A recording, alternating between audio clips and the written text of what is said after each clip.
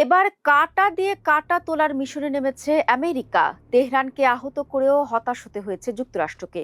কারণ যে উদ্দেশ্যে ইরানকে লক্ষ্যবস্তু বানিয়েছিল আমেরিকা ও ইসরায়েল, তাতে সফল হতে পারেনি তারা।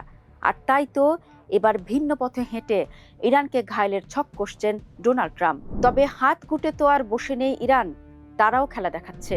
ইসরায়েল ভিত্তিক গণমাধ্যম জেরুজালেম পোস্ট ও আমেরিকার ফক্স নিউজের দাবি, ইরানকে সম্মুখ যুদ্ধের চ্যালেঞ্জ জানাতে মাঠে নেমে গেছে মার্কিন মদতপুষ্ট কুর্দি যোদ্ধারা।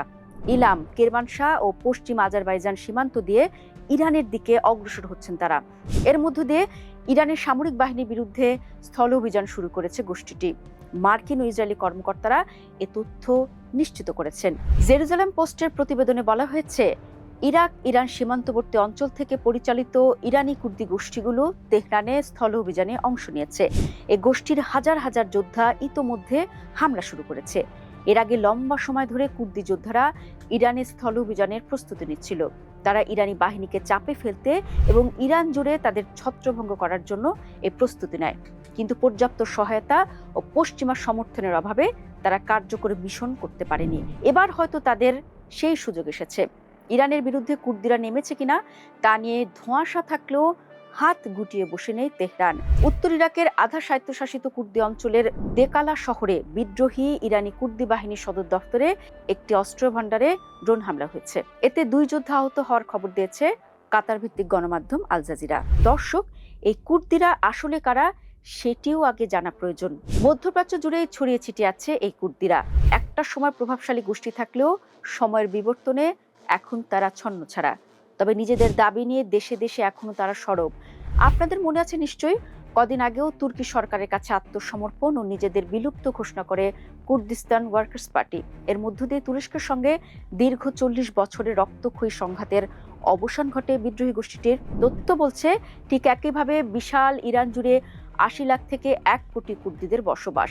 নানা সময় তারা নিজেদের আলাদা পরিচয় তৈরি করার প্রচেষ্টা চালিয়ে আসছে, কিন্তু ইরানি বিপ্লবী সরকারের গেইমে তা কখনো সম্ভব হয়নি। আর সেই সুযোগটাই এখন নিচ্ছে আমেরিকা। বিদ্রোহীদের উস্কে দিয়ে ইরানি সরকারের বিরুদ্ধে স্থল অভিযানের সমর্থন দেওয়ার খবর প্রকাশ করছে আন্তর্জাতিক গণমাধ্যমগুলো। কারণ এই অঞ্চল সম্পর্কে সবচেয়ে ভালো ধারণা আছে কুর্দি গোষ্ঠীর। বাস্তবতা হলো, ইরানে বিপ্লবী সরকারের পতন ঘটাতে আমেরিকা সরাসরি স্থল অভিযান শুরু করতে পারে। এর জন্য প্রয়োজন হবে বিশাল সামরিক বাহিনী। বিশ্লেষকদের মতে আনুমানিক 30 থেকে 40 লাখ সেনা প্রয়োজন হবে তাদের, যা আমেরিকার পক্ষে সম্ভব নয়। আবার মার্কিন প্রেসিডেন্ট ডোনাল্ড ট্রাম্পের ইরানের বিরুদ্ধে যুদ্ধ চালিয়ে যাওয়ার ক্ষমতা সীমিত করার লক্ষ্যে আনা একটি প্রস্তাব পাশে ব্যর্থ হয়েছে যুক্তরাষ্ট্রের সিনেট। আর এই কারণেই বিকল্প হিসেবে স্থানীয় বিদ্রোহী গোষ্ঠীগুলিকে সমর্থন দিয়ে তেহরানের সরকারকে অস্বস্তিতে ফেলতে চাইছে ওয়াশিংটন। এদিকে অবশ্য ইরানের আধা সরকারি বার্তা সংস্থা তাসনিম নিউজ এজেন্সি জানিয়েছে, কুর্দি যোদ্ধারা ইরানে প্রবেশ করে স্থল অভিযান শুরু করেছে। ফক্স নিউজ সহ আরও কয়েকটি গণমাধ্যমে প্রকাশিত এমন প্রতিবেদনের কোনো ভিত্তি নেই। ইলাম, কেরমানশাহ ও পশ্চিম আজারবাইজান সীমান্ত প্রদেশে নিজেদের 3 প্রতিবেদকের উদ্ধৃতি দিয়ে তাসনিম বলেছে, এসব খবর মিথ্যা। ইরানের সীমান্ত পেরিয়ে কোনো যোদ্ধা ঢুকেছে এমন কোনো খবর নেই। আবার ইরানি কুর্দি দলগুলির জোটের মিডিয়া কর্মকর্তা জানিয়েছে, তাদের বাহিনী কোন স্থল অভিযান শুরু করছে না।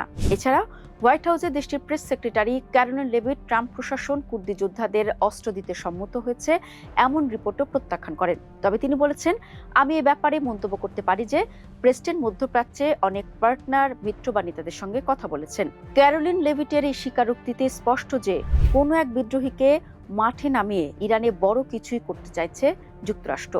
আর এর মধ্য দিয়ে ইরান থেকে নজর সরিয়ে নিতে চায় আমেরিকা। কিন্তু তাতে তারা কতটা সফল হবে তা নিয়ে সন্দিহান মধ্যপ্রাচ্য বিষয়ক বিশ্লেষকরা। আর এমনটি হলে ইরানে আরো কিছুদিন শাসনভার থাকবে বিপ্লবী সরকারেরই হাতে।